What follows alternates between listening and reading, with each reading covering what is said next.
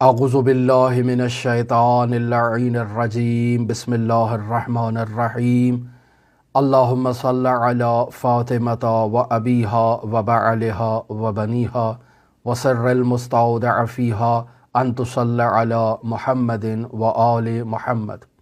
हज़रत फ़ातिमा ज़हरा सलामुल्लाह अलैहा से एक तस्बीह हमारे लिए नक़ल हुई है जो खुदावंद मुताल ने हज़रत जिब्राईल के ज़रिए से रसूल खुदा को और रसूल खुदा ने उस तोहफ़े को जो तोहफ़े इलाही था उसे फ़ातिमा ज़हरा सलामुल्लाह अलैहा को तालीम दिया।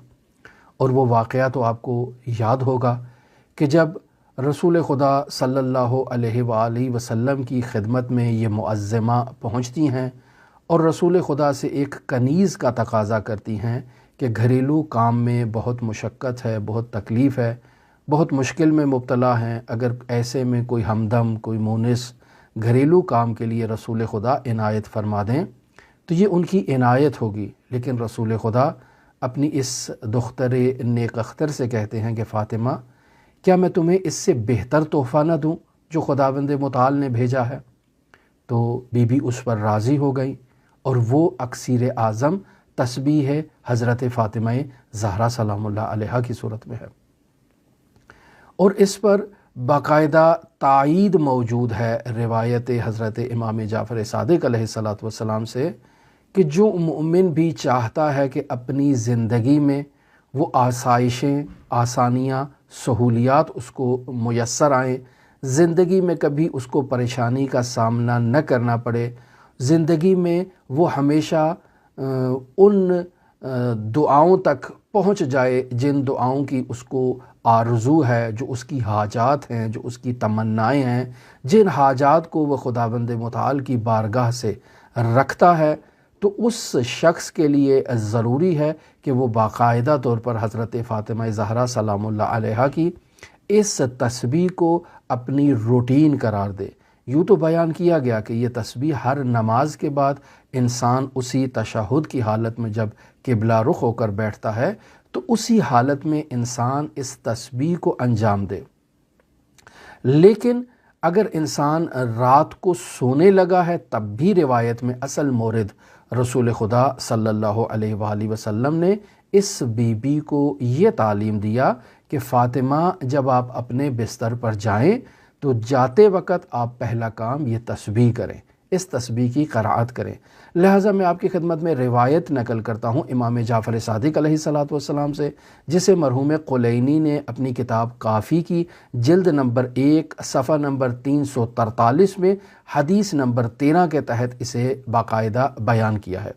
इमाम अपने सहाबी अबू हारून को इस हदीस में मुखातब करार देकर फरमाते हैं, या अबा हारून इन्ना नअमुरु सिबियानना बेतस्बीह फ़ातिमा अलैहिस्सलाम। ए अबू हारून, हम अपने बच्चों को हज़रत फ़ातिमा ज़हरा सलामुल्लाह अलैहा की तस्बीह का हुक्म देते हैं। कैसे हुक्म देते हैं? कमा नअमुरुहुम बिस्सलात, यानी जैसे हम अपनी बच्चों को ताकीद के साथ नमाज पढ़ने का हुक्म देते हैं, उसी तरह से ताकीद के साथ हम अपने बच्चों को तस्बीह फ़ातिमा ज़हरा सलामुल्लाह अलैहा का भी हुक्म देते हैं।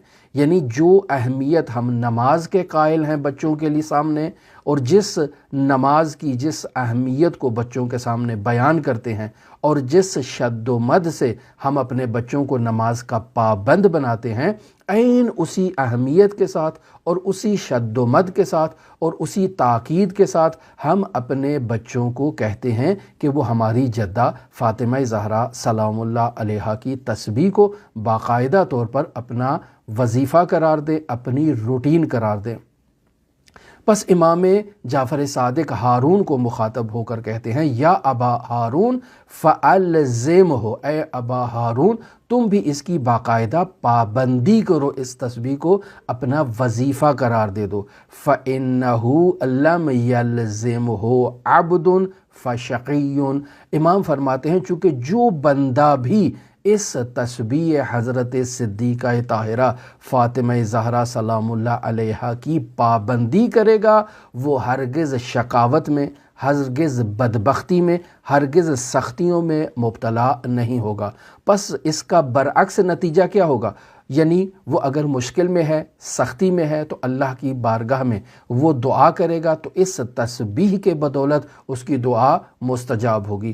اگر وہ کسی شکی کے نرغے میں پھنس چکا ہے تو اس تسبیح کی برکت سے اللہ کی بارگاہ میں وہ دعا کرے گا تو اللہ تبارک و تعالی اسے شقاوت سے نجات عطا کرے گا۔ خداوند متعال اس کو سختیوں سے آسائشوں میں، سہولیات میں مبتلا کرے گا۔ لیکن اس کے لیے عزیزان محترم 2 شرائط باقاعدہ طور پر علماء نے بیان کی ہیں۔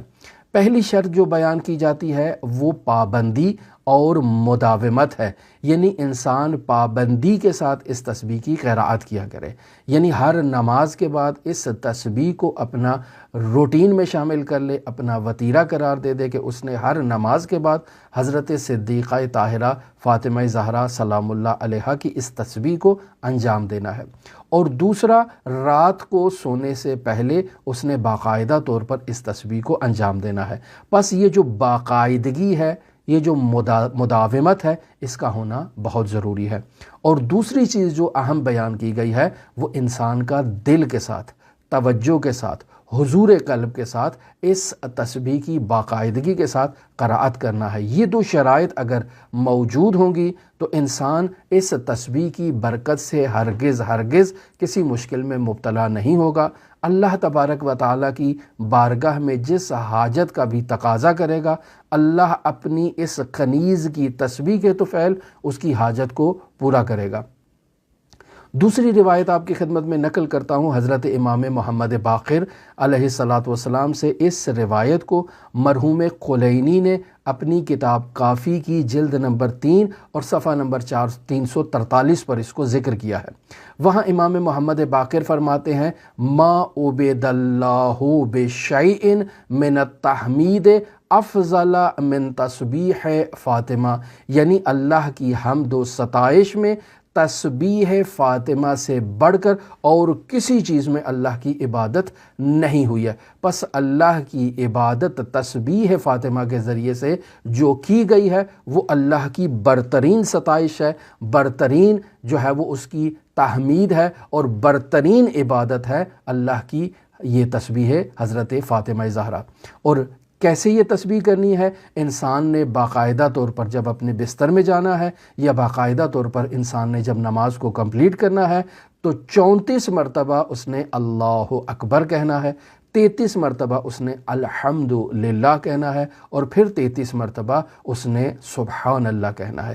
یہ ہے حضرت صدیقہ طاہرہ فاطمہ زہرا سلام اللہ علیہا کی تسبیح، اور اس تسبیح کو اکسیر اعظم کہا گیا ہے۔ اکسیر اعظم کا مطلب بھی یہی ہے کہ انسان ہر قسم کے ہم و غم سے اگر نجات حاصل کرنا چاہتا ہے تو اس تسبیح کی پابندی کرے۔ اگر انسان چاہتا ہے کہ وہ مستجاب الدعوہ بن جائے تو اس تسبیح کی باقاعدگی سے پابندی کرے اور دل کے ساتھ، حضور قلب کے ساتھ اس تسبیح کی پاسداری کرے۔ خداوند متعال اسے وہ تمام کمالات عطا کرے گا جن کی وہ اللہ سے آرزو رکھے گا اور خواہش رکھے گا۔ ہماری دعا ہے کہ خداوند متعال ہمیں اس معظمہ بی بی کا نور معرفت عطا کرے۔ ہماری دعا ہے کہ خداوند متعال اس معظمہ بی بی کے فضائل اور مناقب اور مصائب کو مؤمنین میں عام کرنے کی ہمیں سعادت نصیب کرے۔ ہماری دعا ہے کہ خداوند متعال اس معظمہ بی بی کے صدقے ان کے فرزند حضرت مہدی موعود کے ظہور میں تعجیل فرمائے اور ہمیں ان کے اصحاب و اعوان و انصار میں شمار فرمائے۔ اللہم صلی علی محمد و آل محمد۔